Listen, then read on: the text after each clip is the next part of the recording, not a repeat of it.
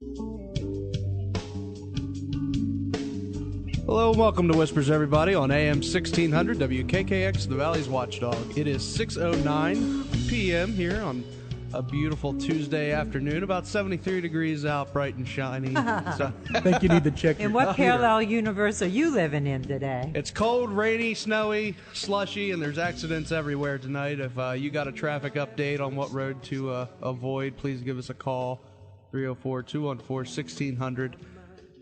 You know, we actually ran into rain, snow, and sleet on the way here. It was weird. We actually ran into all three. Wow. It was a very eventful drive over. Nick, it was an adventure. Well, There was car you guys wrecks. set up by Ogilvy Yes. that it was bad. Well, we were going to go over Ogilvy because Jordan's ritual before the show is he has to have chocolate milk.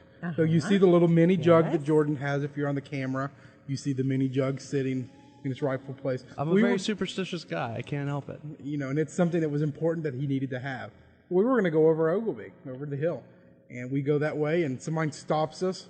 They're saying someone's hit a tree, and there's wrecks all over the place. So we have to go forward because Jordan can't pass it up since he's an EMT. Well, I'm just EMS. I'm not an EMT yet. Well, what's the difference? I never knew there was a difference. EMT is licensed. And EMS is? I just run in the back of the ambulance and go, woo, woo. Someone has to do that. So there was a head-on collision, and Yeah, there was someone some else, dirty stuff, so I had to someone go slid and off. check it out. It was pretty bad. So we turned around and went the other way after we got done with there. So it was pretty bad all the way over. Well, I just came from 15 and so it wasn't bad. But don't mass tell me hysteria that. or Huh? mass hysteria? No. Mobs in the street all protesting the snow? those people, they skinny out the minute a snowflake falls. They just. No, I shouldn't say that. Well, North My Carolina, boss is still there working. if there's nothing on the ground in North Carolina but it's snowing, yeah. people go off the side of the road. Oh, I know. They're like, well, I can't drive in this. It's snowing. Well, my mom, who lives down in South Carolina, said, what was it? If it even says it's going to rain, the entire town shuts down, or snow, the whole town shuts down. They all close. There's a rush on bread and milk. And I think it's a giant conspiracy between the weather forecasters and like grocery stores, bread and milk producers, because then they put this scare out and everybody runs out and buys bread and milk, and then we inevitably don't get what they say we're going to get. Oh, well, the weatherman, it's the only job where you can get, you can be wrong 70% of the time and still keep your job. You know? The other is be a CEO of one of the car companies, and, you've got it made. how can I get either one of those jobs? I know. Yeah. Would be nice. So, Jordan, So is this technically the fantasy football show right now? Yes. I just want to say before we go on, Tony Romo's back, and my team is winning. Go ahead. I made a very bad choice. What's that? All right, I had Drew Brees or Jay Cutler. Now, Jay Cutler was playing Oakland. Drew Brees, Monday night, playing Green Bay. I thought, Oakland, horrible team. They killed them the first time. Drew Brees killed them. I see points. So I say, hey, I'm playing Jay Cutler. All right, can we take a poll real quick before Nick finishes his sentence, Lola? Do we want to hear about fantasy football? All right, Jay Cutler sucks. That's my story. Because I'm raising my hand for not right now. I'm sorry. I've been lamenting this decision all weekend. I just wanted to whine a little bit. I've actually run the board for the fantasy football show a couple times, and I marvel that Eric, my son, will call me long distance to ask, should I trade this guy or not? It's like, hard enough time People that keeping play track of real football, let alone fantasy the thing football. about fantasy football is, if you're playing it, you watch all the games and you're very interested in it, and all of a sudden it becomes an obsession because if you make a bad decision, it haunts you. People mock you. It's bad. They mock you. They do. They mocked me on my board. Yeah, we make fun of Nick all the time. I make the worst decisions. I'm the commissioner of the league. I'm horrible. Well, join the club. That's, you just put yourself up in that category. You don't have to be right. That's right. You're the commissioner. I'm changing the rules. They do. They do. I will. So. Well, he does every now and then. He says, I need an extra day just in case. That is not we'll play one more game just in case Nick might win one and get up to playoff position. That's the conspiracy, my friend. Oh, my. All right, I am the commish. the commish. Quick announcement. This is for KSWA. I guess that's amateur wrestling. They are having a crazy fan fest on Saturday, December 6th at 7:30 p.m. $5 a ticket. The KSWA asks all fans to donate an unwrapped new toy to the Holiday Project. Allegheny County Department of Human Resources. Donations will go to abused children in the county. And they're having the event in Lawrenceville, at the Lawrenceville Moose at 120 51st Street in Pittsburgh. And the number is 412-726-1762. That's great. You can go and watch a bunch of crazy people jump around a ring and help some kids out, too, while you're at it. There's nothing better. I had a friend that was I don't know what you would call whoever's over the commish? Yeah. He's the commish. The commish is a great job. But he was over. He actually, when in high school, people would make fun of him because he was obsessed with wrestling. He knew all about it. And I'm not talking Greco-Roman. I'm talking like with WWF the chairs, and all that kind of stuff. And his dream was... What do we got now, Mean Gene? Yeah, and his dream was to run one, and he did. He made a lot of money. People would pay that would make fun of him to go to his wrestling events. Yeah. And he rubbed it in their face. And I told him, you know what? You should be proud of doing that. That's awesome. Absolutely. He does. He made his own ring, and next thing you know, he was a big shot down in North Carolina. He'd come out. He had this cane that he'd walk out with a big jewel on it. Kind of like Flava Flav. He was. And he was... That's fine. I'd like to go to an amateur wrestling. Yeah, I might go to that. It's a Saturday. So. You gonna sign up for it? I'm sure they probably have like. You can see me out there trying to wrestle some big guys. I saw you on TV. I want to say well, we not were. You were in a corner and couldn't see you, but I did see you. I saw your parade. band in the parade. Oh yeah, we were actually going to have our guitar player come on tonight, but he is up on 88 towards West Liberty, and he's stuck there. He ain't coming over 88 today. Nobody. Well, call in. I'll lock you in, and you can join the conversation. Yeah, we could have had a call in. That's right. But why don't we think of these things? We're on because the radio. Lola doesn't babysit us all the time. Where were you, Lola, when we needed answers? But just in case anybody out there did see the Wheeling Christmas Parade, the band West Finley, who played the Christmas song on the Spiro Academy float. That's what it was, Spiro Academy. Somebody was trying to remember what the name was, and I remember seeing. And I was looking for you. I was sure it was you guys, but you were back in this one corner closest to where the TV camera was. We put Jordan so in the corner. Couldn't see you. Yeah. Nobody puts baby in the corner. They put baby in the corner this time.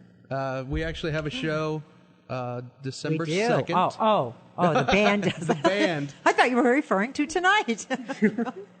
We are on. Good December job, Jordan. 2nd, up in West Liberty State College in the Student Union. Good. So check it out. And then we have a CD release party December 16th in St. Clairsville, Ohio at Harbor of Hope. So if you enjoyed the parade, said, hey, CD that's a good-looking percussion player. You know, I bet I'd like to talk to him. You know, or if you just Yeah, want to all you check single, if you just want to see what Jordan looks like and all wonder, you single women can he out be there. a wrestler? like what would he look like wrestling? Could Now, you see, before we came over, we were trying to move a stone table. And Jordan, how well did you move the table? Like, okay, my stepmom has this table, and it's like pure limestone. The thing weighs like 1,000,000 pounds, but it's just this little table. You can't move it. It takes people, a lot of people to get this thing Person. moved. So she's got it up, and she's like, hey, guys, I just need you to slide this across the floor. Well, I'm like bouncing off the thing trying to push it. Nick walks up, and he's like, all right, get me mad. So, I call him a couple names. He goes, "Arr!" And he pushes the thing across the floor by himself. It's ridiculous. You see how he said people, and then he said Nick? Now, I do encompass two people. Nick could be a wrestler. Oh, gosh. I would pay to see I that. don't even know what I'd call myself. Little Nicky. Yeah, there we go. Arr. Show him your mean face, Nick. Show Lola your mean. Yeah. I'm glad we don't have a Oh, camera. that was worth a TV shot, I can tell you. I'd have to wear a mask. I'd be Kane. Oh, my. All right, give us a call, everybody. 214-1600. Out of the area, 866-514-1600. Give us a call. We got a little bit of stuff to give away. Yeah. What do we have left do. over there, anyways? I was trying to listen to you before the show. And we're but not going to make you jump through hoops to do it or anything like that. It depends on how bored I am. Oh, I see. This is our Thanksgiving gift to you. We got Carmike Cinema tickets, 2 of them. Photo packages at Absolute Serenity. It's been a while. We got a few pizzas from Da Vinci's Pizza, and we still got a massage left. Wow. We still have a massage. You don't want to pass up that massage. It's a shame. Call us in, say hi, say happy Thanksgiving. It's cold to Lola. outside. Yeah. You need a massage. Come on, somebody call. Here's Pamper something. yourself. Here's something I want to talk about, and this is something I found out last night. There is something we had it in Pittsburgh. It was called the Bodies Expedition. Okay, I'll get. Oh, we're going to talk about the bodies? Yeah. Okay. Well, let's The take bodies these phone in calls Pittsburgh. here. Someone's you, thinking, that's what the right. You heck? don't know how to do this yet. I'm a newbie. Hi, you're on the air. Yes. Hello. Are you with me? Hello. Hello. What's your name? This is George from St. C. Hi, George from St. C. Hey, the traffic is bad. Weather is bad. We've got 40 backed up about 2 miles Oh, jeez. right here going into St. C. Oh man. Real wintry weather. Don't tell me that. I have to go grocery shopping after we get off the air. Oh. Well, you don't want to go to St. Clairsville. All righty. Well, No, Traffic's going about 15 miles an hour. Is there an accident on the road? Can you see, or is it? No, it's backed up to the west or to the east, going westbound, and I'm going right by everybody. I mean, it's not, just because the people aren't prepared for it, I guess. Bad tires or, just cautious driving, but maybe extra cautious driving. Well, that's good. I'd rather have them go slow because of that than, an accident or something. Right. So, okay, well, hold on, George, and I'll get your information, okay? Okay. Thanks, George. All right, thanks. What was he wanting to so we can mark it off? Well, let's give him some Carmike tickets. Okay, we'll give him cards. He's in St. Clairsville, heading that way. This is Sue on this line. Hi, Sue. Hello, Sue. Hey, Sue. How you doing? I'm fine. How are you? Good. What you got for us? Sorry. You have anything you want to talk about? Not really. Just the Kroger's is packed tonight. If you're going shopping, you can't get in the lot. Oh, Lola is wanting to go grocery So shopping now too. the roads are bad and Kroger's is busy and Lola's getting more sad. She's got a huge frown on her face. It's depressing. Would you like a prize? Yes, I would. We have. Let's give her a pizza. You want a pizza? Okay. Do you have any more cinnamon tickets? No, those were actually our only movie tickets. Oh. For right now, we got to get some more. Okay. Get a pizza from Da Vinci's Pizza. How about Okay. that? That's fine. You want to pick them up, or you want to get give your information to Lola so we can send them to you? How about sending? Okay. You just Lola hang on will the take your line, information. and Lola will take care of you. Okay. Thank you. Be careful out there. Okay, now. Kroger's is Yeah, I backed got to up. teach you how to do this. I know. Huh? What? Sue is on the line for you to get the Yes, information. and Dana is on the line for you. Oh, well, let's make a trade. Okay, there you go. Go ahead, Dana. Hi, everybody. Hi, Dana. How are you? Cold. How are you? Warm. You got to stay away from the outside. I know. I was just calling I heard that guy that was going down 40, and there is a car off the side of the road turned around on 40. Oh, there is. So there is an accident on 40. Yeah, so they're flipped around, and everybody's going about 10 miles down the road. Now that's bad to hear. So, Yep. Oh, you got really loud there. You got right. Sounds like you're in a crowd there, actually. I am at Melman's. Oh. Have anything good to eat? I don't know. They have a lot of stuff. They have prime rib, ham. Okay, Dana, then just get something to go and come on back here, and you can pick up your prize and drop off our food. Is that a good trade? Lola's trying to avoid the grocery store. Absolutely. Well, Dana, Yes. how about a massage? You want a massage? I would love a massage. I'd love to give you. Well, I don't want to say that. I get in trouble. All right, let's take Jordan off the air. Oh, see how these guys are. Oh, see what And you have to deal with it, huh? I know it. Well, hold on, Dana, and I'll get your last name, okay? All right, thank you. Now, this is Randy. Hello, Randy. Hi, guys. Now, good. Yourself? Okay, happy Thanksgiving. Happy Gobbler Day to you, too. Yeah. What are you guys planning to do? Spending with family, right? I have 3 different dinners that I have to go to over the next 2 days. That sounds like a heck of an obligation. You know, I have to work it out. I hope you can meet up to that. The only thing I'm worried about, I guess, is the roads. I'm hoping it calms down before Yeah. Thursday. Thursday we have to go to 2 different ones. So. I have a son coming home from Athens. Well, congratulations. Well, that's good to hear. See, I got well, hopefully it's a good trip for him. Yeah. Hopefully it'll clear up. I work at Olive Garden, so since we're closed, we're going to have a special Thanksgiving dinner for all the employees, so that'll be interesting. That'll be nice. Yeah, that's nice. Yeah. Italian turkey. Whatever they say. They're definitely eating good. Yeah, I know it. And you don't see him inviting anybody, do you? No, I didn't hear any. I know. That's okay. So, okay, well, you got a story for us, Randy? I just have a statement. Okay. Anything you could talk about dead people or anything come around the corner, it's the live ones you got to worry about. Yeah. That's what I always say going into anywhere. Is like, I don't really care about the ghosts as much as the people. No, I don't either. No. Well, thanks for that tidbit of advice. Randy, I'm going to give you a pizza, a 16-inch pizza at Da Vinci's Pizza up on top of the hill on 88. Oh, okay. I'm not sure. Past Ogilvy? Yeah, you go a little bit past Ogilvy. On the corner of Peters Run and 88. All right, well, thank you very much. Yes, Great sir. pizza. Just hold on, Randy, so I can get your last name, okay? Sure. All right, Randy, thank you. Guys, I just got an update from one of the officers at Triadelphia Volunteer Fire Department. 88 is closed right now due to accidents. We saw 2 on our way over, so it's got to be even worse now. Yeah, apparently there are wrecks all over the place up there. So 88 going to West Liberty on 88 is an adventure every morning, and. See, I'll tell you honestly, the drive out to West Lib was enough, because I was thinking about taking that crash course for adults, to get your degree. Yeah. And I thought, oh my gosh, in the wintertime to have to drive that road, I mean, it's bad enough in the summer. But, to have to drive it every day, all the time and at night? No. Imagine all those windy roads, deers. The deer. Wow. Grammar. Now, we's a good uns.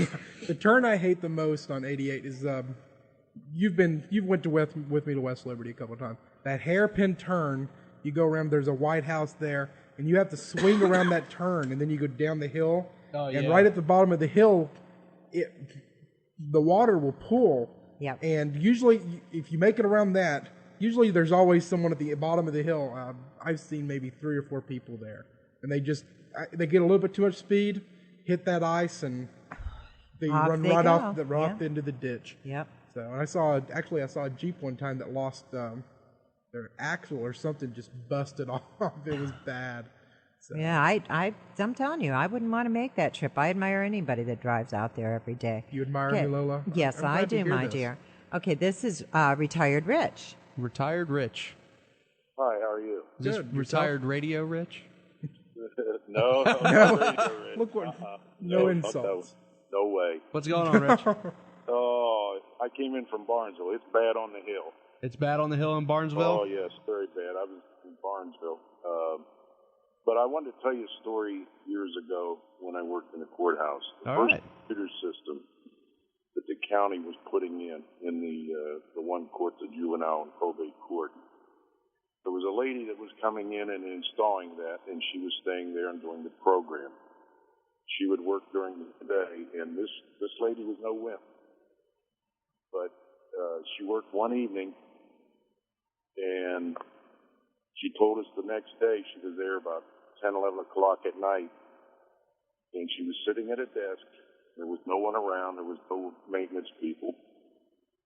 And one computer that was shut off came on automatically, and a chair moved. What moved? A chair at a desk.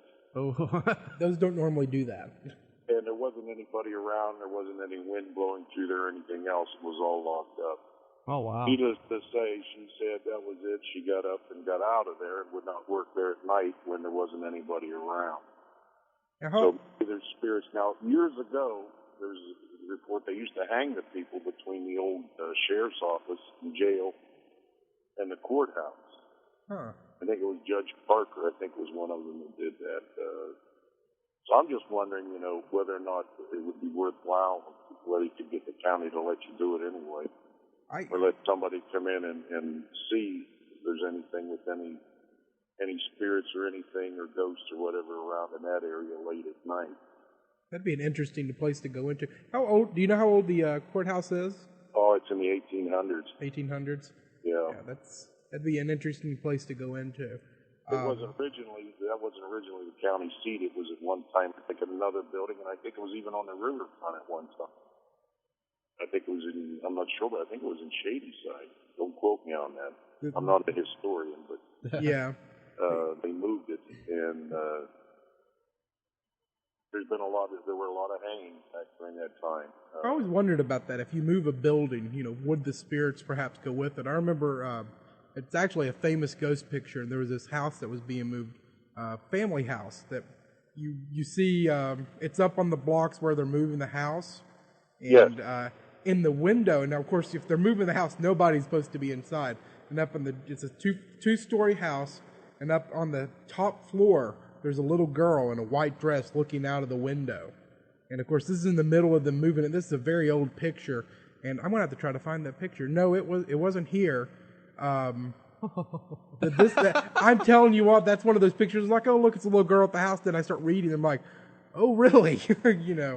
And I've always wondered that. Do the ghosts, if the spirit's in the house or demon whatever, does it go with it when it moves, or is it attached more to the land? That would be an interesting place to go into and take a look at.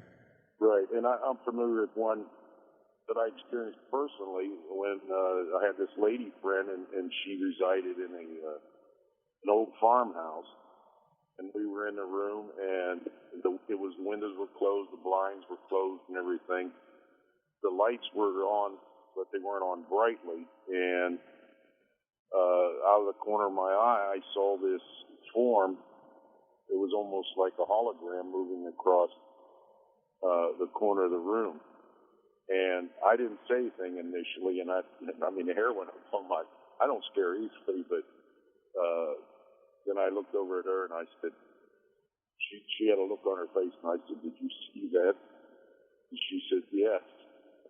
And I said, "What was it?" So we tried to do everything. Maybe a car coming down the road, we got outside, shine lights, but nothing would imitate that. But it was an eerie feeling, and also she experienced.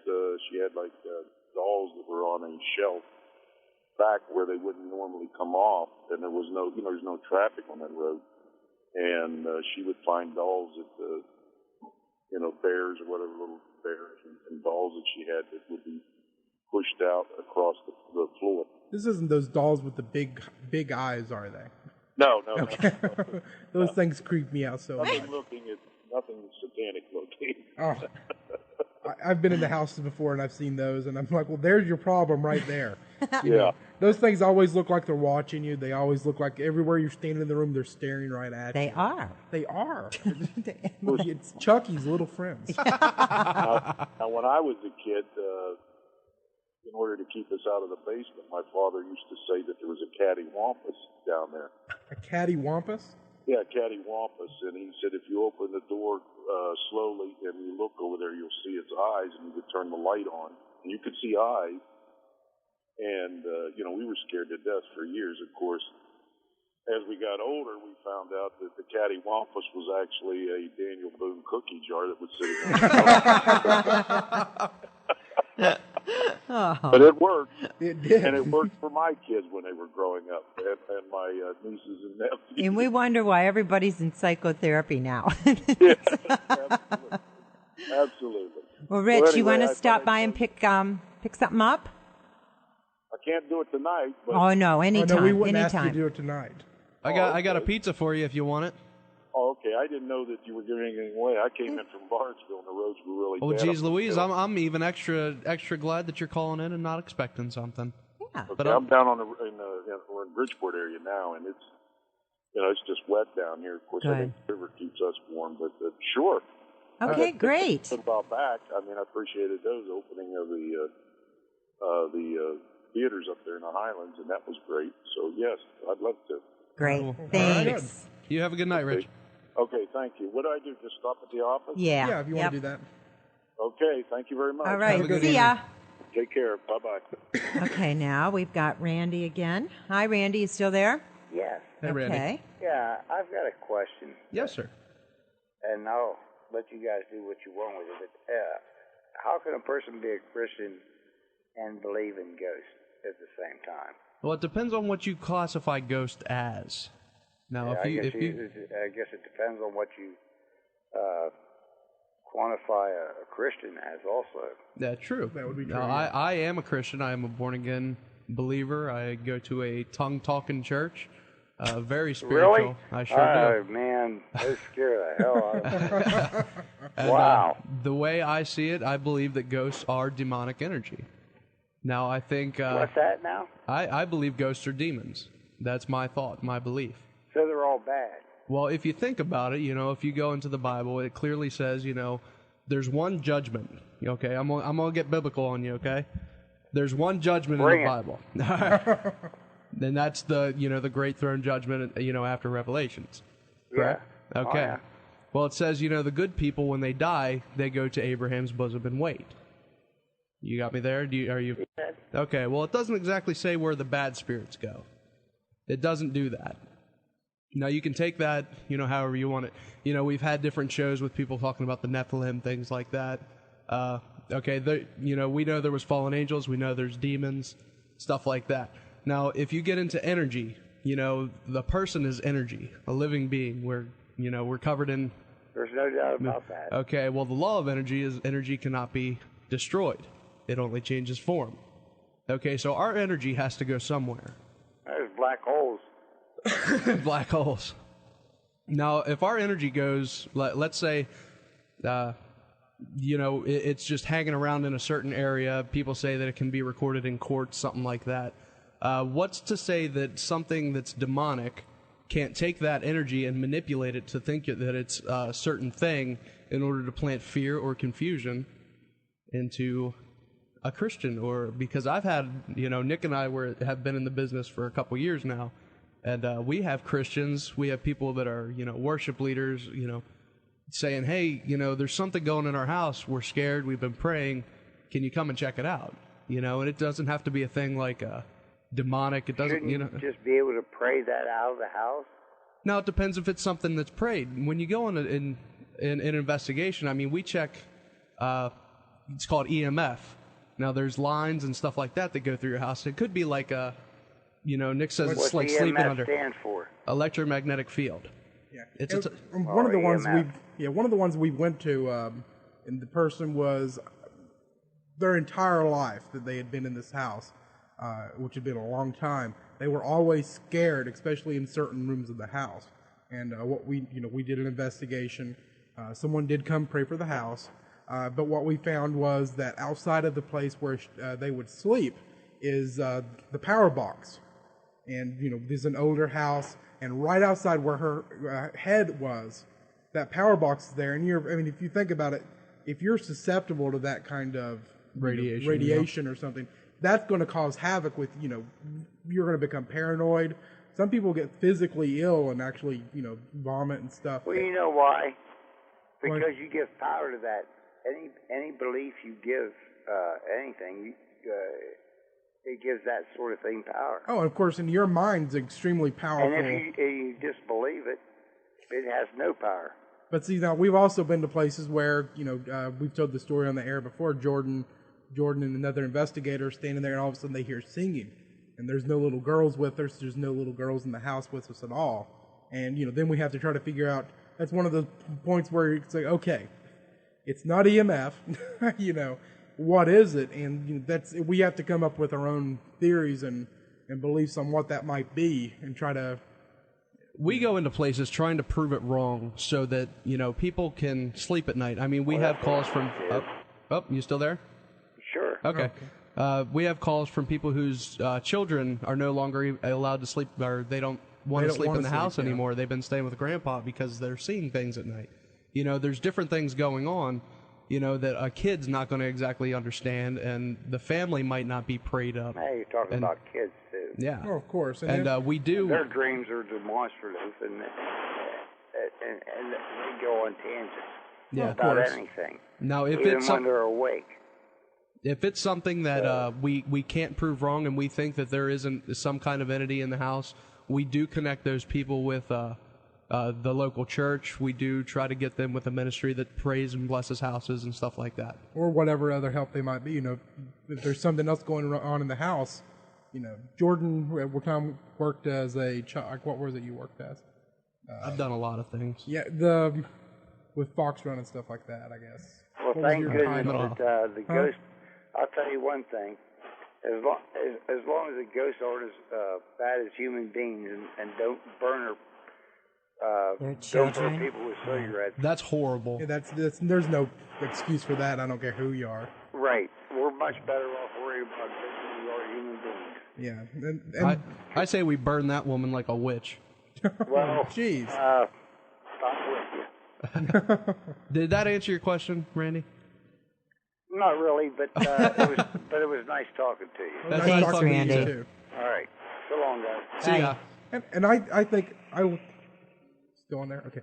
I look at it as, you know, we're somebody, we don't necessarily believe in psychics. I don't believe, you know, I've seen so much stuff that shows that they're fakes.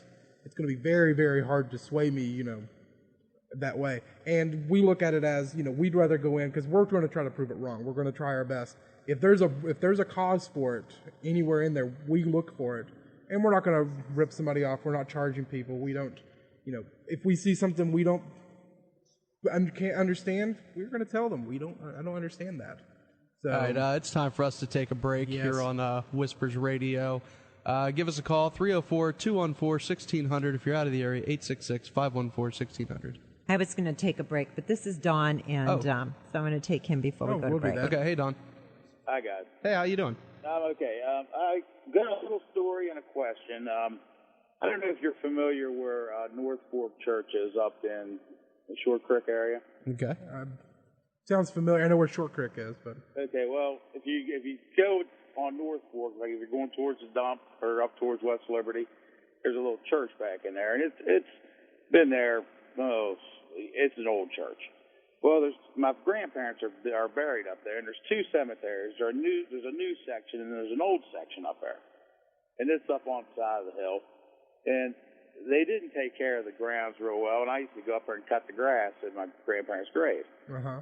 And I was up there. It was a summer evening, and I got done mowing, and I was looking up on the hill, and I seen someone walk through the woods. Well, I thought I saw something. So I went ahead, and there's an old cemetery at the top of the hill. And there was nobody up there. Now, I don't know what I saw. It might have been nothing. But that's where, you know, the McCullochs are buried. There are some old families buried up in there, some very old grave sites.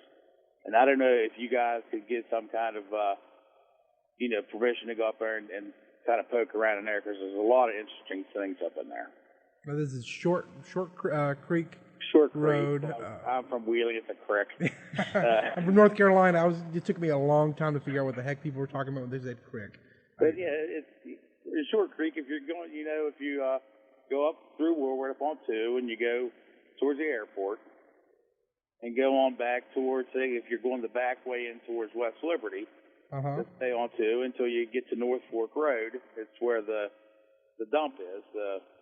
Well, you know, they haul all the garbage to. Okay. There's a church right up there, and it's called, it's either called Short Creek Methodist Church or I think it's called Short Creek Methodist Church. Okay. There's the old, you know, cemetery's on the hill behind it. And, yeah, I don't know if anybody else who's from that area might have seen some things there, but it's one of the oldest cemeteries around here. All right, well, we'll have to take a look at that. Yeah, maybe somebody will call in who knows something about it, can get you in to take a look. Yeah, if anybody knows, just give us a call, 214-1600, 866-514-1600. Especially if you've had a story up there. I hear a lot of stories. I'm not a big cemetery person. Jordan doesn't mind them. My question always is, nobody ever died at a cemetery that I can think of. Right, and, you know, I can say, it might have been nothing. Something caught my eye. I'm not saying it could be. You never know. There's a lot of people that see stuff in them. There is.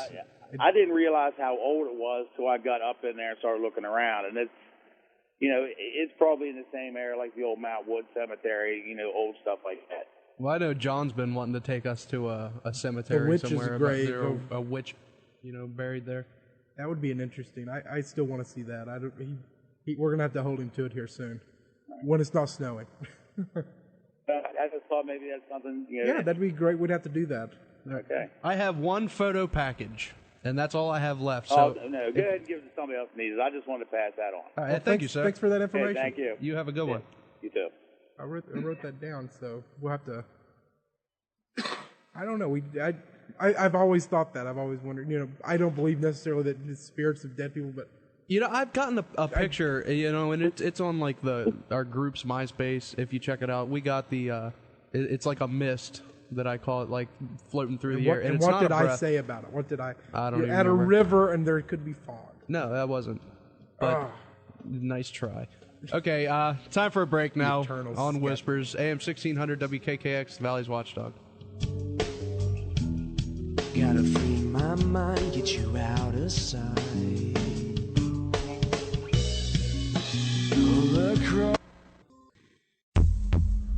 Do you want to dive into the bizarre world of the paranormal?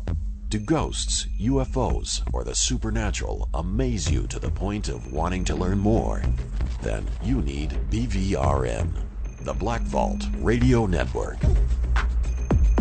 With more than 750 hours of on-demand talk radio, syndicated from more than 35 shows, the Black Vault Radio Network is your one-stop shop for the world of the unexplained. Check us out and tune in 24 hours a day. www.blackvaultradio.com. Again, that's www.blackvaultradio.com.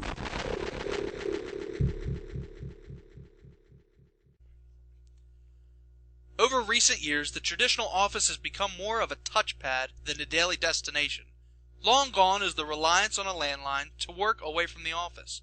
More people are performing work from home or other locations thanks to technologies like GoToMyPC that let you take your office wherever you go. With GoToMyPC, you have freedom from the office, enhanced work-life balance, and increased work flexibility. When choosing a remote access service, you need to make sure it's easy to set up, easy to use, and affordable. That's why you need GoToMyPC. And you can try it free for 30 days. For this special offer, go to mypc.com/techpodcasts. That's go to mypc.com/techpodcasts. Take your office with you wherever you go with GoToMyPC.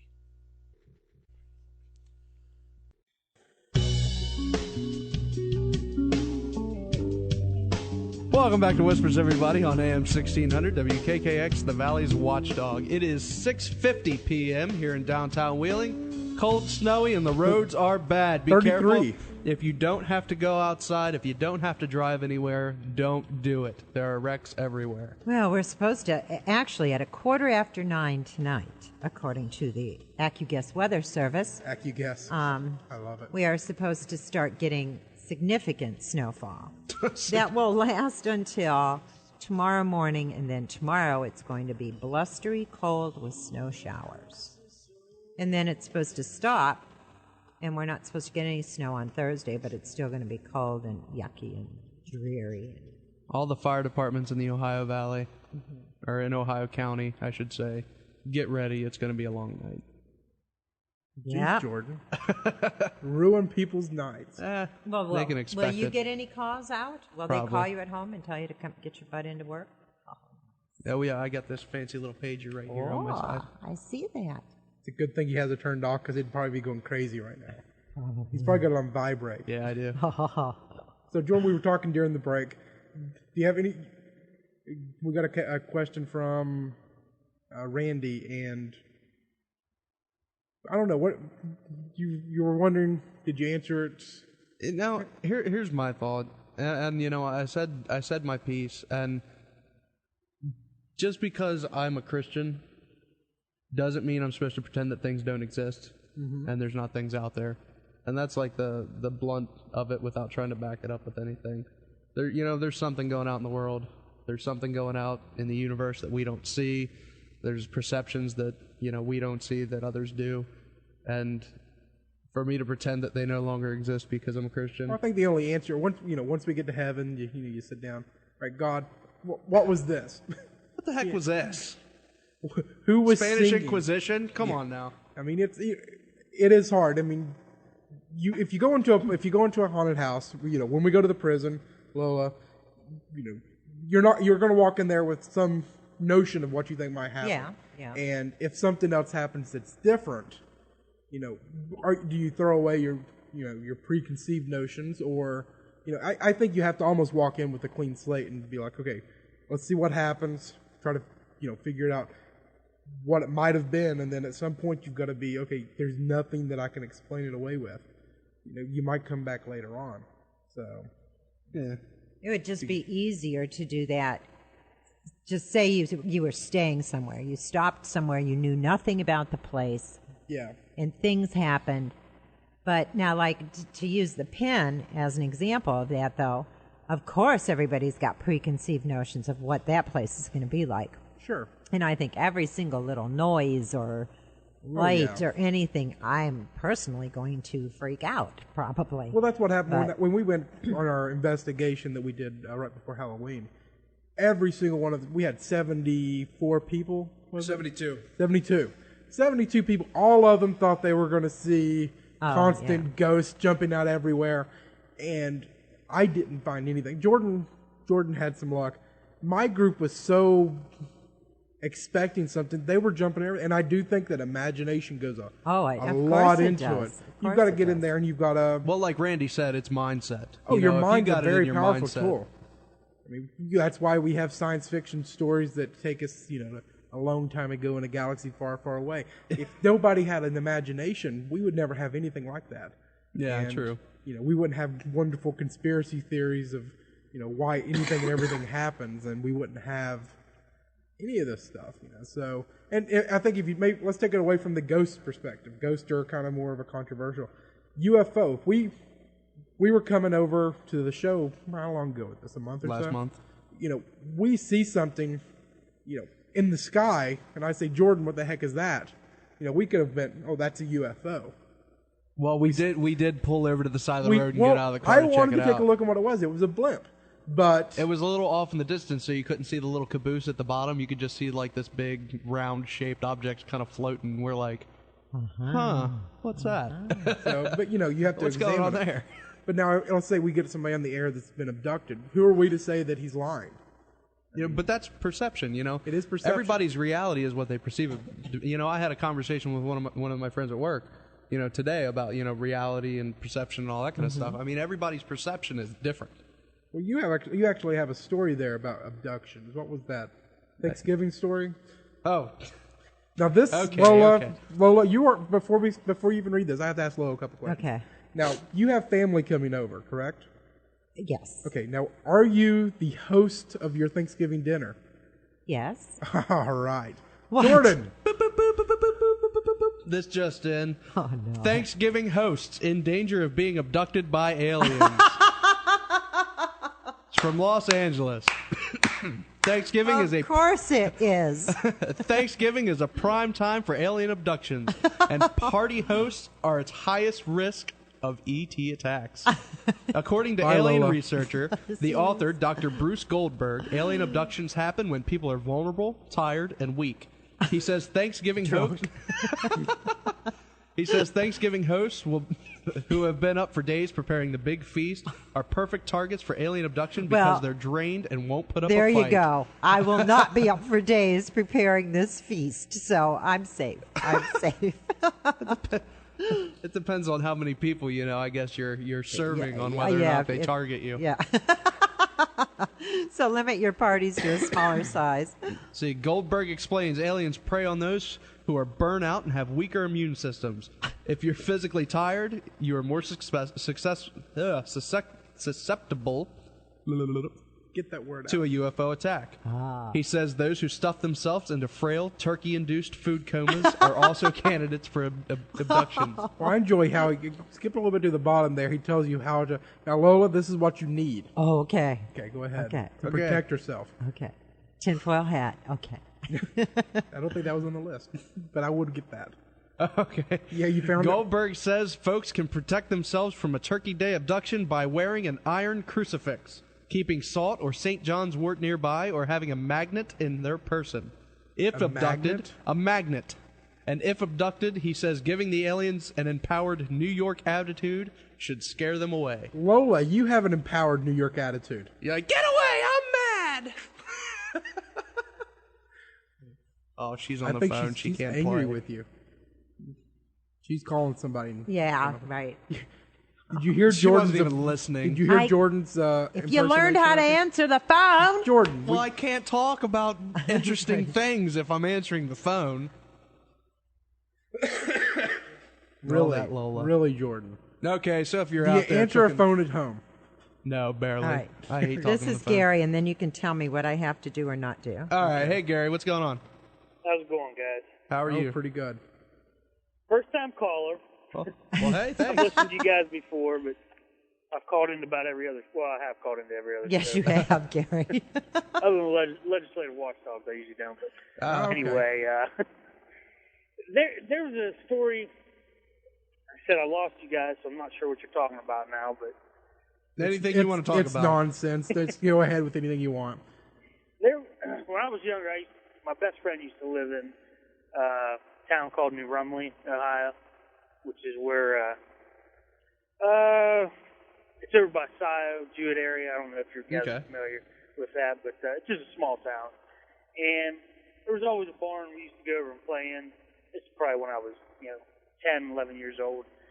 But there was an old house next to it that we'd always go into. And you always, when you're younger, you always go into, if you go into a different house or, an old house, abandoned house, you always get those, hair stands up on your neck and just weird feelings. But one day we went in, and in one room we'd never been into, there was a bunch of newspaper articles, like cut out. Mm-hmm. And they're about these two little girls that were murdered. Oh, wow. And had their pictures and everything. There was like 3 or 4 articles cut out just of them. And we really never, like I said, I never really thought about it, up until that point, because like I said, we'd never went into that room before. And we were, we left the room, went into, the other part of the house, because like I said, we'd always go through the house. Gary, we only got about 35 seconds. Okay. This man comes barging in the house. Never seen the guy before. It was an old guy. Oh. I mean, he scared the crap out of us. Didn't know who he was. So we took off running. He went in the house, and after he left, we watched him leave. He just walked out. Didn't drive away or nothing. Just walked away. Went back into that room. Every one of those articles was gone. Oh, jeez.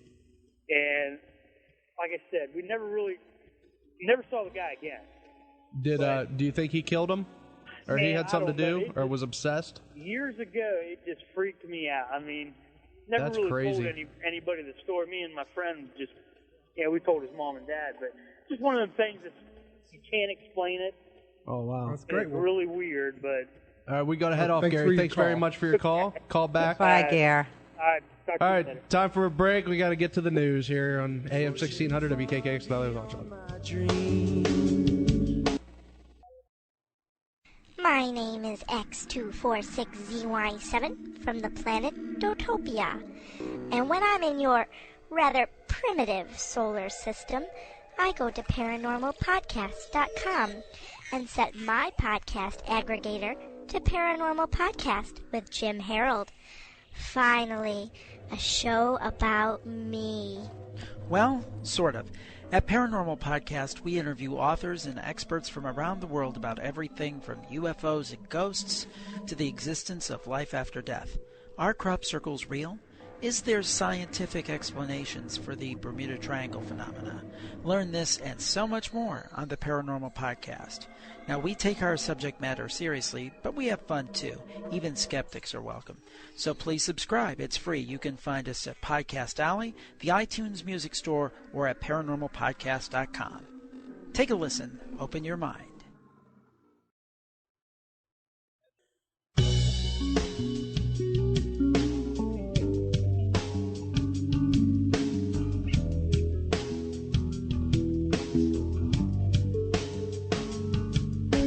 Welcome back to Whispers, everybody, on AM 1600 WKKX, the Valley's Watchdog. It is 7:10. Still cold, still rainy, still snowy, still slushy, still accidents. It's a mess. Be careful on the roads. Give us a call, 304-214-1600 if you're out of the area.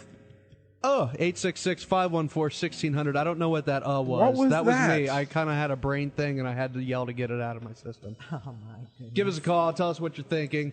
Our guest tonight, for everybody who's been waiting patiently for the last hour, Miss Susan Shepard, who is Hi, the Sea-Dog. Sorry, Jordan. Yeah, Sea-Dog has been. I know. Susan Shepard is the operator of the Haunted Parkersburg, which is ranked 9th in the top 10 American ghost tours in the U.S. That's right. We're number 9 now. Yes, ma'am. Hi, Susan. Number 9. Most popular ghost tour in the nation. Down here in Parkersburg. Got your eye on number 8 for next year, or going to the top? I don't know. I was really surprised when I heard that we went to number 9. So. Now, what do you do to move up in ranks on that? Pardon me? What do you do to move up in ranks for the best? Well, actually, I didn't do anything. The first year that we got the top 10 ghost tour in the nation, I was completely surprised. I was called by the Haunted America Tours out of New Orleans, and apparently they have votes, and we had gotten 10,000 votes. Wow. Which was surprising because I didn't even know there was a contest or a vote. So I think a lot of it was based on the website as well. Well, that's good. We actually, our show on when we podcast it out is sponsored by Haunted America Tours. Oh, Yeah. good. Yeah. Great.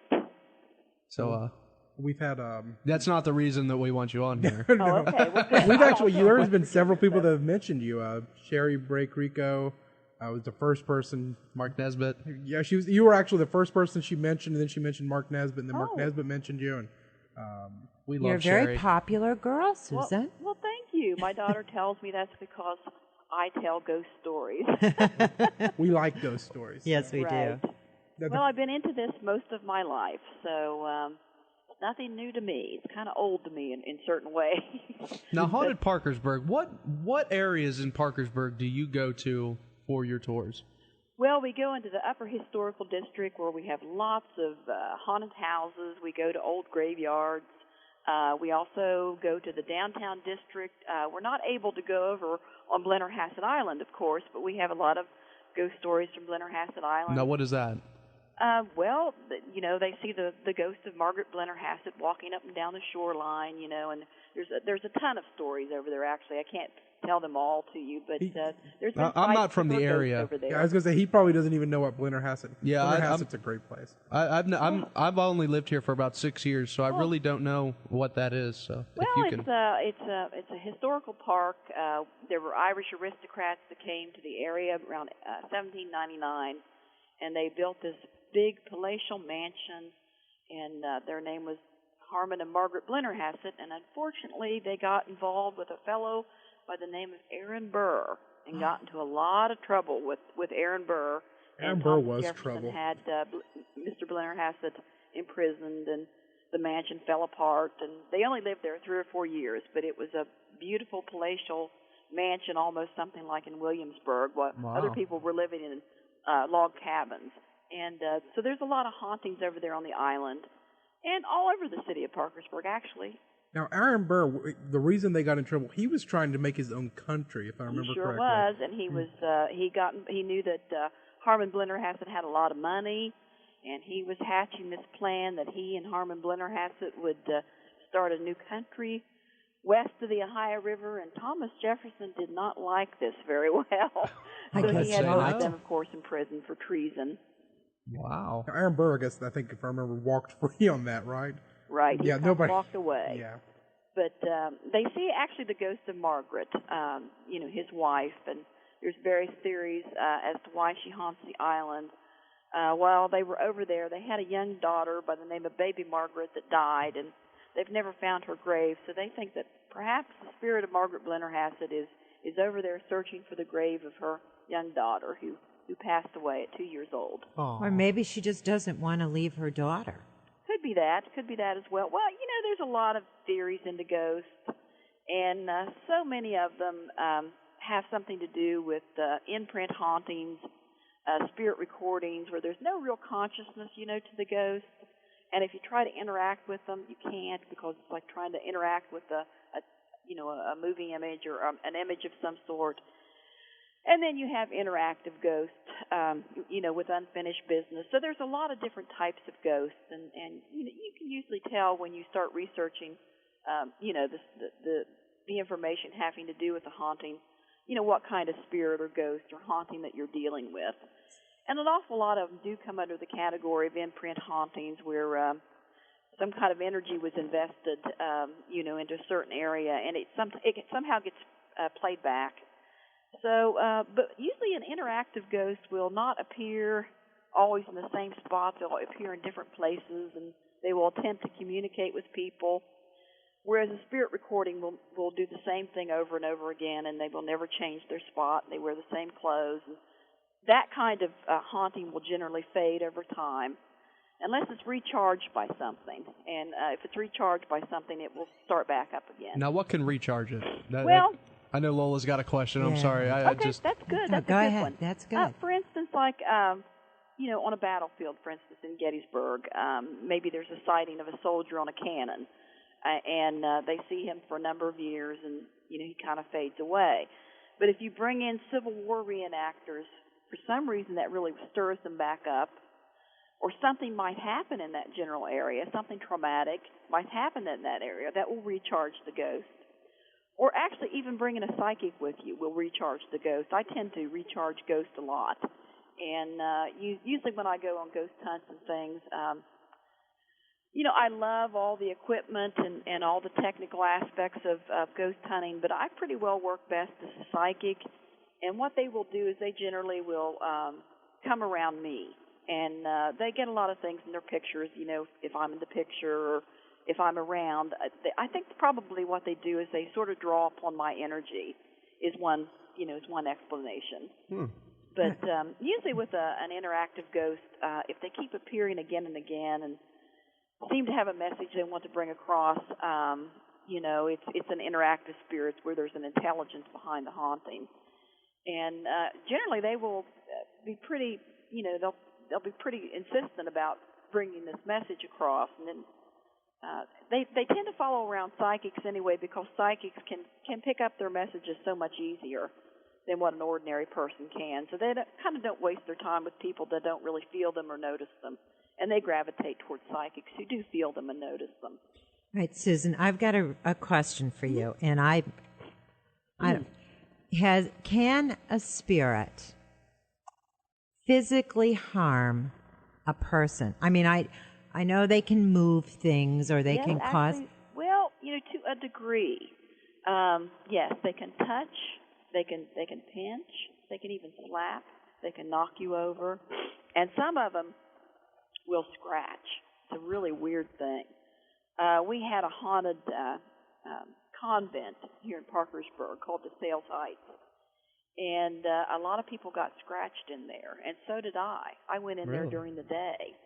And I had my camera. The door was wide open. It was abandoned. And I was just walking around taking pictures. And I was saying, show me that you're here. When I got outside, I looked down at my arm, and I saw there was red on my arm. And I'm also an artist, so I was kind of thinking, well, I must have got paint on my arm. And I wipe it away, and it's like a long cat scratch. But I felt nothing, absolutely nothing while I was in there. Then on the night they tore it down, they had a vigil outside, some of the former students that had gone to school there. And we were standing there, and there was a young lady beside of me, and she looked down, and her hand was scratched. Her hand was, and it was the same thing. It was like a cat scratch. That's pretty much, as far as killing people, murdering people, no, they're not really capable of that. But if they do the scratching kind of thing, and I've also seen this in shows about, for instance, Dracula's castle, and where some ghost hunters that went in there and they had the same thing, like a long cat scratch. That seems to get as bad as what they can do physically to a person. But a person with certain sensitivities, if they're impressionable, if they have mental health problems, emotional problems, the spirits can affect that kind of a person. So you do have to be a little bit careful. But that's the only time I ever got any physical thing happen to me, though. I think the question at that point would be how much of it is that person versus how much would be an actual spirit. I mean, if you're bringing something into the mix... Well, that would be charging it up, right? That would be charging it up to some degree. Which reminded me that story. We were actually over at my uncle's before we left, and one of my great uncles is a Civil War reenactor. Mm-hmm. Going back to what you were saying, they were at Gettysburg, right? And they were taking a picture of all these people, and they were kind of posing. And in the picture were ghosts of, or pictures of soldiers that were there, wow. but they weren't there. Yeah. And I've been telling you can use the word ghost. Yes. There was more people soldiers there than there were there. Right. Yeah, that's what I was trying to say. There was more soldiers steaming around than there were actual soldiers there. Well, Gettysburg is certainly the most haunted town or city that we have in the United States. There's no doubt about that.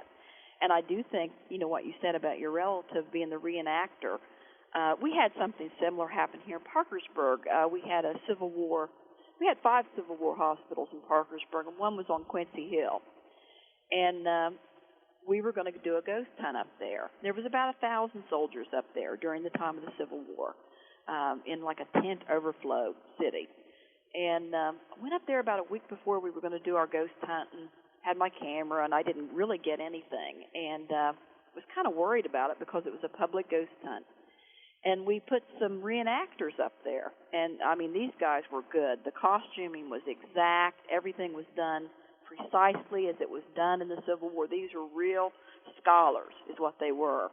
And sure enough, once we got those Civil War reenactors up there, we got everything. We got ectoplasm. We got EVPs, just tons of stuff. And it was just I think it was, I don't know. I think in a funny way, hauntings and spirits and ghosts seem to be tied to memory somehow. That seems to be the connection. And I can't really explain it any better than that. But maybe the presence of those soldiers dressed in that exact way and doing those exact things pulled them back in some way. Wow. And I do think when spirits come back, they often come back to the place of their strongest memories. And that might explain it as well. Does that make sense? Have you been up here for Fort Henry Days? No, I haven't. Because they do reenactments of, Fort Henry and the Betty Zane run, where she had to leave the fort and go back and get dry powder and shot. Mm-hmm. And now that you've brought that up, I was just thinking, because I'll tell you, they do some phenomenal things. They not only have the settlers and the soldiers, but they have Indians, people dressed. And boy, would that be exciting to have somebody like you there that would actually be able to connect with this kind of stuff. I just, wow. Do they even do that? I don't think they do that at the actual site, though. No, they do it up at Ogilvy. I have real Indians, but these parts actually I am part Shawnee Indian. A lot of Indians have a gift. Oh, yeah. Well, yeah, but no. I mean, I don't know if some more special than others. Some people have said that, but I'm not so sure. But what's funny is my the psychic in my family was my red-headed Irish grandmother. Oh, I've heard that about Irishmen, too. Yes, Irishmen have a whole different other spirit that they interact with. Yeah, that's true. Yeah, well, it could be. It could be as well. And I think those presences, they do come back. I did a documentary in Point Pleasant, Eyes of the Mothman. A lot of people don't realize the first sighting of the Mothman was actually in Doddridge County, West Virginia, where I'm from.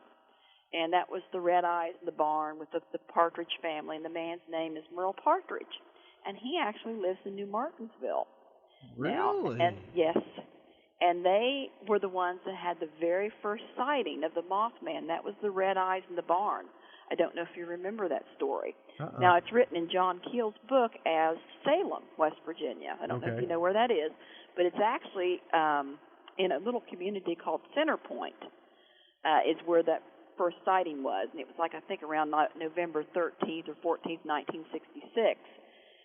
And that was when, they heard the dog barking, and this was way out in the country, and he and his son Roger went out to find out what was wrong with their dog Bandit. and they went and they looked in the barn, and they saw these red eyes. Yeah, I know the story now. Okay. And the thing just sort of did this hawking, standing up. Now, Mr. Partridge told me, John Keel used a lot of poetic license in his Mothman prophecies. Many of the Mothman witnesses, most of them, when they saw those red eyes, they interpreted those as red electrical lights. They didn't look like cat's eyes or the eyes of an owl or even something reflective. They looked like red electrical lights. Is that because that was a source, perhaps, or wasn't really a reflection? These things. And then the thing just sort of stood up, and the dog ran into the barn.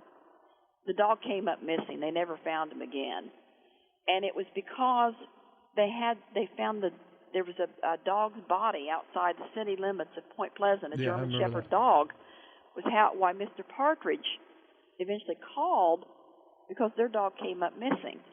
But, he has a lot of stories to tell, Mr. Partridge does. But it was the next night that the Mothman was actually seen in Point Pleasant. But getting to my story, of course, it goes down to Chief Cornstalk's curse, which I don't know if that has anything to do with the Mothman. But I will say this, and it does bring up what you said earlier about the Native Americans. What I have found out is many of these people who had Mothman sightings were part Native American. The Woodrow Derenberger with the Indrid Cold part of the story that was stopped on I-77 at Route 47 here in Parkersburg. That's where the Indrid Cold part of the story came about. Mr. Derenberger was part Shawnee Indian, just like me. Now, can you tell us a little bit for any of our listeners that aren't familiar with the story? Well, it's a very strange story, and it's never really explained either in the book or the movie, but on November 2nd, 1966, there was a local businessman by the name of Woodrow Derenberger who was driving home from his job as a sewing machine salesman in Marietta, Ohio, toward his farmhouse in Mineral Wells. He got to the intersection of I-77, Route 47, and he thought there was a tractor-trailer coming up behind him without its lights on at a very high rate of speed. He swerved to the side of the road, and this thing rolled across the top of his car, came down straight in front of him, and he saw that it was a spaceship about 45 feet across. Wow. It was a dark charcoal gray, and he said he never saw any lights in that spaceship until a hatch opened, a man stepped out who looked like any ordinary man you would see on the street. There was nothing exceptional about his appearance. This is what Mr. Derenberger said. He began walking toward the car. The spaceship goes back up into the air about 75 feet where it hovers. It's about 7:30 in the evening. And the man looked to be about 35 years of age, had dark hair slicked straight back, like an olive complexion. He began to say these words, "Do not be afraid. I mean you no harm. I only want to ask you a few questions." And that is when Mr. Derenberger became afraid, because as the man spoke to him, his lips did not move. Oh, boy. Okay. Well, I was just so absorbed in this, and I'm okay. I'm sorry, Susan. Go ahead. And he rolls down the window, and the man introduces himself as Indrid Cold. This precedes the Mothman by 12 days. This is on November 2nd, 1966. He points to the lights of Parkersburg and says, "What do you call that?" Mr. Derenberger said, "Why, we call that Parkersburg. It's a city." Indrid Cold says to him, "Where I come from, we call it a gathering." He then said, "Do people live there? Do they work there?" Mr. Derenberger said, "Yes, they do." He said, "Do you work?" Mr. Derenberger said, "Yes, I'm a salesman." Indrid Cold says to him, "I'm a searcher. I come from a country less powerful than yours," which is interesting. Why would he have said that if he could have made it all the way to Earth? Yeah. But at any rate, he had about a 5-minute conversation with Indrid Cold. He said to Mr. Derenberger, "Thank you very much, and we will see you again." As he said those words, "We will see you again," the spaceship came back down, a hatch opened, a human arm extended, pulled Indrid Cold back up into the craft, went up to 75 feet once again, hovered there for a few seconds, went away at a very high rate of speed. And the story goes on. He continued to have visitations from Indrid Cold. Now, Indrid Cold, in his description, is very similar to what they call Man in Black. Have you heard of the Man in Black? Yeah. Okay. That's really what they think Indrid Cold was. So that part of the book, Mr. Derenberger also had visitations from the men in black at his farmhouse in Mineral Wells. So that is how that part of the story ended up in the Mothman prophecies. Now, Mr. Derenberger was also part Shawnee Indian. The Partridges were part Blackfoot Indian. I'm part Shawnee Indian. So many people who had these experiences do have Native American blood. Now, that's just something I've noticed recently. It's never been written about, but it goes back to your... So that tells me that there is something having to do with the native peoples of this area that has something to do maybe with some of these UFO sightings and some of the strange year that we had Mothman sightings. Well, you know what? I think with Native Americans, there's a thread, and you know, they say DNA has a memory. Yeah. And I think there's a real spiritualism to Native Americans, and I don't think it's something that has ever gone away. And certainly if you have anything to do with your tribe, or you know, that is a continuous thread through all of them. And well, you'll be interested in this. I did have a DNA test, and they said that my ancestors had been here for about 15,000 years. Wow. And they traced my DNA back to Tibet. There were 5 migrations in Asia, and they came from different parts of Asia. Yeah. And mine was from the very first, and it was from the mountains of China and Tibet. The Tibetans have a word. They also have written about the men in black. Really? And they have that in their culture. Yes. And some of these men in black even almost look like they're part Asian. Either they're real pasty and white. I've heard. Looking, yeah, I've heard or they look kind of almost like they're Indians, really. I've always heard they were described as like a Mongolian kind of look to them, which is kind of interesting. Well, you know, I believe that we are the aliens. I do believe that we are descended from somewhere far away from here. Which I've heard of them. Some of our ancestors. I mean, we as people, crazy, or but I believe it. You saying like Indian tribes, or are you saying? No, I think probably Earth. Okay. Really, I think that we're the Australia of the universe. Which would go back to the Anunnaki theory we talked about a couple weeks back with Michael Salla, which was we were star-seeded here. Yeah, they do have a tradition of that. That is true. Then I had a question. You were saying that Indrid Cold, you were saying that he was like a Men in Black, but he seemed to be a lot nicer. Every story I've ever heard, we had Jeff Walmsley on, and when they were talking about the Men in Black in Point Pleasant, that they would very intimidating, very... Well, they would try. But Indrid Cold seemed very nice. Mr. Derenberger was extremely frightened over Indrid Cold. And I have the tapes, those 1966 tapes, which I've transferred on CDs. I'd be happy to send you one if you want me to. That'd be something I'd like to see, yeah. And he said, Indrid Cold said to him, "Why are you frightened? Don't be frightened. We only wish you happiness. We only wish you happiness." But Susan? Then when Mr. Derenberger was being interviewed the next day on the local television station here in Parkersburg, one of the reporters said to him, "Mr. Derenberger, if Indrid Cold seemed very nice and he told you not to be afraid, and why is it you still act like you're so scared of him?" And Woodrow Derenberger said, "Because Cold said to me, 'We will see you again,' and that is what I am afraid of." Wow. Now, some of his relatives have told me he came up missing for 6 months at times and would say he was off with the aliens. John Keel thought a lot of Mr. Derenberger's story was made up. I know Mr. Derenberger's daughter. Really? She said the initial telling of the story was true, absolutely true. He added to it later to sell books. He published a little book with Vantage Press back in the 1960s, hoping to make some money off of it. Because really, his life had been destroyed. People made fun of him. The family more or less had to move away.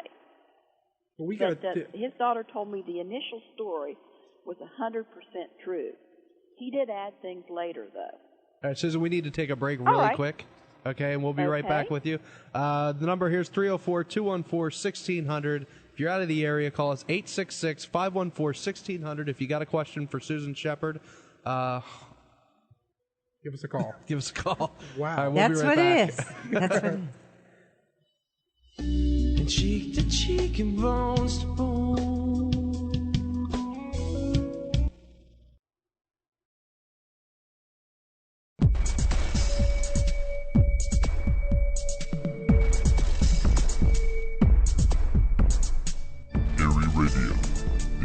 For esoteric research and investigation into the enigmatic. Eerie Radio is a weekly podcast that features interviews with the world's leading paranormal researchers. Download episodes of Eerie Radio from your favorite podcatcher or directly from the show website at www.eerieradio.com. Eerie Radio. Listen, learn, laugh.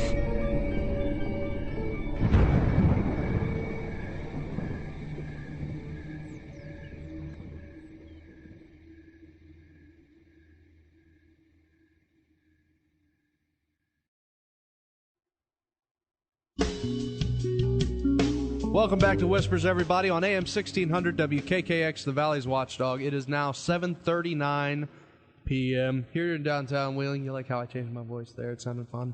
Don't do that again. We are on the phone here with Miss Susan Shepard, who runs Haunted Parkersburg Tours, which is number 9 in the top 10 best tours in America. Right. Now, you've also written a book, Cry of the Banshee. Is that correct? I certainly have. I have it to has ask. all the stories from Haunted Parkersburg. It has a whole bunch of stuff on the Mothman, new material on the Mothman, new material on Entered Cold, stories from all over West Virginia and the Ohio Valley. It was brought out by West Virginia Books in Charleston, and I'm sure they can get it online. Now, the Banshee, what exactly is a Banshee? Well, the Banshee comes under the category of folklore, which means something probably happened, but the story's been added on to over years. I love this story. It's one of my favorite stories. But actually what a Banshee is an Irish-Scottish death fairy who will wail and cry upon the deaths of her members of Irish or Scottish clans.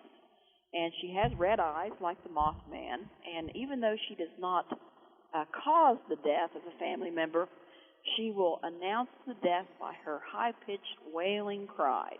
Now, do you think that the Mothman could have been a Banshee? You know, John Keel said something funny in a TV show that she was sort of like a Banshee. You know, the more you get into these things, the less able you are able to explain them. So, but I think that, the cultural groups and things that we come from, like this Irish, the Scottish, the Native American, does have some bearing upon the way we experience the paranormal, the unseen world, the world of spirits, ghosts, aliens, whatever.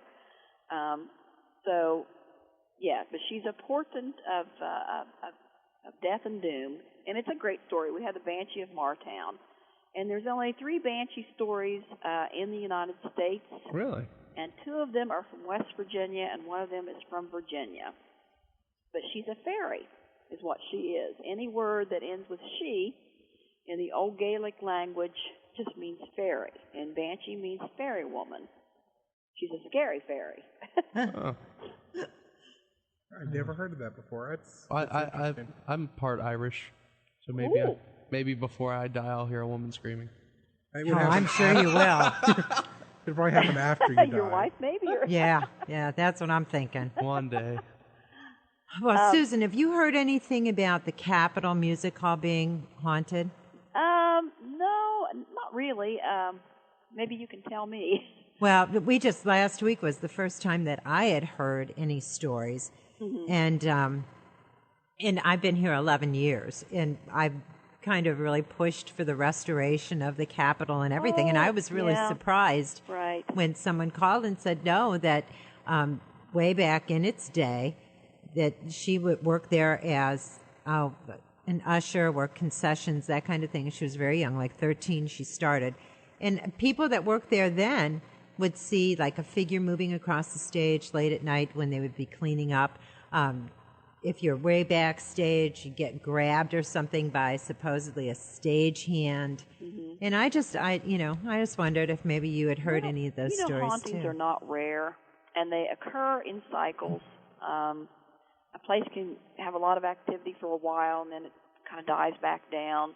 But the more that I'm into this, the more I realize these are not really rare occurrences. They're strange occurrences. They're often unexpected occurrences, but they're not really that terribly uncommon. So many, especially older buildings that have a lot of history, of course, they would have more of, they would be more open to hauntings, especially the spirit recording kind, where lots of things have happened there, and they've just sort of absorbed some of the energies that have gone on. Yeah. If that makes sense. Yeah, it does. It does. There's another ghost you mentioned on your site, the East End Ghoul. Oh, that's a good one. Okay, cool. I like good ones. It was back in 1888 near the old Holiday Cemetery, near the where they used to shovel coal on the B&O railroad cars. They began to see this white apparition that hovered down the railroad tracks that would moan and groan and rattle its chains, and they saw this for about a week, and there was a man by the name of Mr. Crowley, and Mr. Crowley decided to find out what this East End Ghoul actually was. A ghoul is different than a ghost. A ghoul is a flesh-eating spirit. Yeah. Or similar to a vampire. Yeah. And ghouls hang out either at graveyards or crossroads. And the interesting thing about the old Holiday Cemetery, there was a place beside the graveyard that used to be called the Coffin House. And it was a casket factory. And they made caskets for people that were buried in there. And after it became closed down as a casket factory, it was shaped it was shaped like a coffin. It became like a bar that these bootleggers ran. And back in, I think it was 1954, December 31st, that there was a fellow that stopped there and bought himself some alcohol and was on his way to Oak Hill, West Virginia. And the next morning, he was dead, and that man's name was Hank Williams. They said that was where Hank Williams got his last drink, was at the Coffin House. Wow. Same place where this East End Ghoul appeared back in 1988. So yes, it's one of the better stories on the ghost tour. That came from old newspaper articles well over 100 years ago. So you have to wonder what actually happened, but that's a terrific tale. Well, here's my question: what's the origin of a ghoul then? I mean, if a the origin of a ghoul it comes from the Arabic word ghoul, which means to seize or grab a hold of very quick. That's what that means, and it somehow made its way into Eastern Europe. And a ghoul was very much like a revenant or a vampire. It was a solid thing that you could touch. And it would eat dead bodies or feast upon the dead. Wow. And so that's where that tale stems back to, of course, would be Eastern Europe and then Germany and then, across Europe. And a lot of these stories of vampires and werewolves and things like that, they come out of India. They were brought out of India with the gypsies. So it's a combination of cultures. It's interesting to look into. And people think it's funny when I say it's demonic. It is. And I think in a certain way, the spirit world will reveal itself to you in the way that you understand. Okay? So if you have a set of certain beliefs and you think you're going to see a banshee, or you think you're going to be stopped at the crossroads by the devil, for instance, if you're down in Mississippi and your name is Robert Johnson and you're a guitar player, right? At the crossroads there. But if you are in West Virginia in 1966 and you are stopped at the crossroads by a man dressed in black, it is not the devil you meet. It is Indrid Cold. See what I mean? See the similarities to all this? So it is the times that we live in and the cultures that we come from is the way that we interpret these things. For some reason, that kind of reminds me, there's a book by Neil Gaiman called American Gods. Anybody have heard of it? No? No. Okay, and it talks about the gods that like the Norsemen would bring over, or all these cultures that immigrated to America, and how they were no longer being believed in, but they were kind of updating themselves to, to live in our culture. Oh yeah. And people would, were no longer perceiving them as, Thor or I cannot think of what the Norse god is that with thunder. Thundor. No, it's not Thundor. But they were updating themselves to keep alive as best they could, and that kind of reminded me of that. These ghouls would no longer be this; they would have to, keep with the times. Well, the biblical stories have, every culture has, every religion has a kind of Moses story in it, where a baby is set down a river and it's found, and he becomes a leader and a savior. Biblical stories are repeated so often in other religions; they're just different names. Oh, Gilgamesh yeah, is Noah. The same story as Noah. Of Horus. So yeah, I mean, exactly.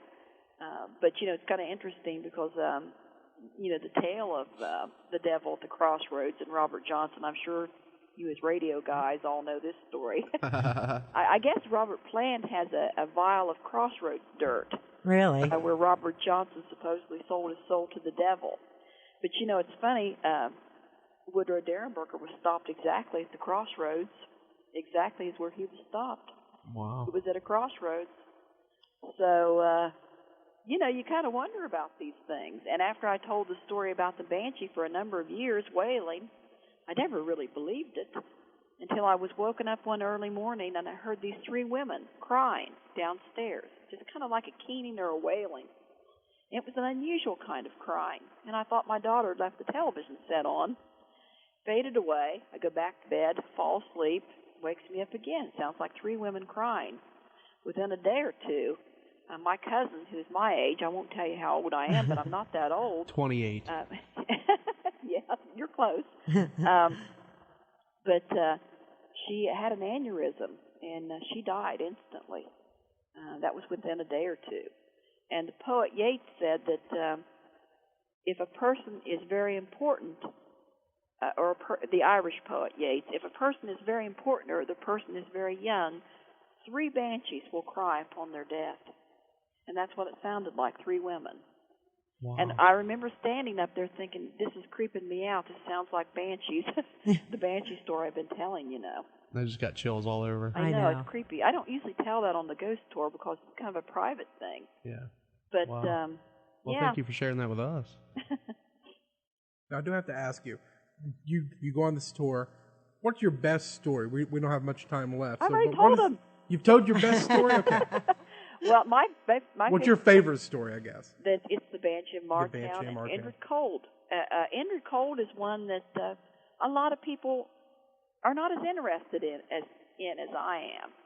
But that's one of my favorite stories. Yeah, Jordan's a big Mothman. I was just telling them during the break, I'm a huge fan of the Mothman now, and not like the Mothman itself, but the entire circumstance that surrounded it. Oh yeah. It's like the Mothman took like a backseat. It's like the sidekick of what really was going on. Oh yeah. I mean, when that was going on, I was pretty small, but we had all kinds of poltergeist activity in our house. Wow. And so did the Partridges. Now they only lived a few hills away.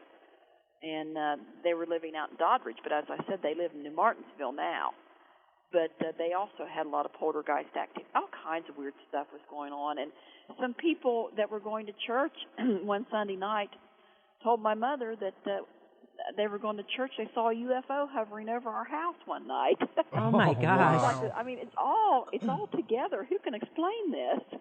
It doesn't seem to go together, but yet it does. Wow. Well, Susan, we only have a couple more minutes, and I mentioned that I was going to ask you this at the end of December, December 30th, I think, if I got the date right. We are going to have a prediction show. We're going to ask our callers to call in, tell us, what's going to happen in 2009. One thing I'm not going to say, no assassination at all. I don't want to hear anybody being assassinated. Oh, no, nothing like that. You never know what people are going to call in with. But can you share a prediction with us before we get you up here? You know what I'm doing right now? I'm looking at the chart of Barack Obama. Okay. And he's in under some really good aspects right now. He's in under something called a Jupiter return. This should work out very well for him, and he will probably be reelected. However, there's going to be some more embarrassing things revealed very shortly after his inauguration. I don't want to hear he's had a girlfriend or he's not a bad guy or anything, okay. but it's going to come out, and there's going to be some other things that he's going to have to deal with. But as far as his presidency is concerned, he's going to be doing very, very well these first 4 years, okay? Because interestingly, Bush was elected under a Jupiter return, and if you remember, his first 4 years actually went pretty well. It was the last 4 that all kind of fell apart. I remember, and a lot of people forget this, but at the beginning of Bush's term, he had to deal with the Chinese downing one of our planes or making one of our planes land, and then it was kind of embarrassing, and then, Yeah. But, all right, well, we're going to get going. Thanks for being on the air with us. I'll put a link up to your book, Cry of the Banshee. Right, and Haunted Parkersburg. And we'll have them both up on the site. Thank you very much, and we're definitely going to have you back. Susan. This was a lot of fun. Thank you, Susan. Thanks a lot. All right, Bye-bye. everybody, that was Susan Shepard with Haunted Parkersburg. If you want to check it out, go to our website, whispers112508.mp3. Click on a link, find her, look her up, go to it. Sounds like a lot of fun. We have to go down to one of her tours. I She does them in October, and she said when I talked to her the first time it was in September. We actually talked to her in September. Yeah, we did. Because I asked her about the Blennerhaus that my wife had just came back from. So she's like, we don't go there. I was like, oh. So, what do you think, Lo? How'd you like the... Oh, I think she's great. I would love her to come up here and go to all the places that we think might be hot spots, because if she is a psychic, then think of the activity that would, potentially be around her. See, now what I would do, though, is I would blindfold the psychic, drive her somewhere, and say, hey, what's happening here? And if she could tell me what's happening there and what match up, then I'd believe. I'm a big skeptic with psychics. But are you thinking of the psychic that can, no, obviously she's... Nick thinks psychic and thinks Sylvia Brown. Oh, well, no. The way she meant the term is somebody that really has the ability tuned to... into the spirit world. Yes, not to see the future necessarily. Sure. Because she was looking at astro charts then, just now, Yeah, she seems more Indian spiritualist. Well, that's like a zodiac kind of, astrology. That's what she was doing. So astrology. And, I'm a skeptic. I am. And that I try to keep my skepticism going into anything, just because I think that's the pure road. I you would rolled love your to go. eyes well, at me. No, I did not. I wish the camera was turned around. No. We come at it from different ends of the spectrum. I believe, and I don't see necessarily anything that is evil about it, or that spirits are bad, or that ghosts are... I just don't, because for a lot of reasons. One, I don't believe our God is all vengeful and all that kind of stuff. I don't either. I think he's, So I God can't of love. imagine that children, when you see a spirit of a child, is evil and has been condemned. And I don't think it's the devil. Any spirit of a child is evil. You need to run away. I know how you feel about that. I am scared yes. of little kid ghosts. Nick has nightmares about children's All spirits. I see is I go back to the grunge or the grudge, the Japanese, and the little kid meowing. I get scared half to death of that. And then the 2 little girls in The Shining, which should never have been in that movie. Yeah, that one. Like if even the commercial, you remember the commercial with the cell phone? We got a phone call. My psychosis will go away. Who we got, Lo? Barbie. Hey, Barb. Hi. What? Hey, I agree with Lola. I cannot see I don't believe in a punishing God. I believe in one that is, just doing what he can for us.